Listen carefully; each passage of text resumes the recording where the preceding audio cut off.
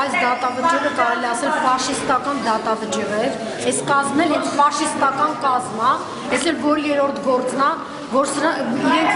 փոխում են եւ անցնում են մեղադրանքի կողմով։ Իսկ ինչքան ժամանակում եք բողոքարկելու։ 1 ամսվա ժամանակ։ Չեք կարծում, որ դատարանը ահավոր խիստ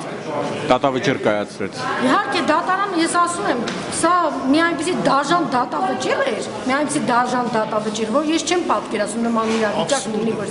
որովհետեւ միտեղ։ Ես ուղղակի կուզենայի ավելացնել, որ Հայաստանի Հանրապետության քրեական օրենսգրքի 48-րդ հոդվածով սահմանված դրույթները սոցիալական արդարություն վերականգնելը ոչ թե երիտասարդներին կամ անձանց ուղղելու համար կալանավայր տանելն է, որոնք պետք է շփվեն հանցագործների հետ, այլ իհարկե սոցիալական պատիժ նշանակելը դա ուղղելու նպատակ է հետապնդում։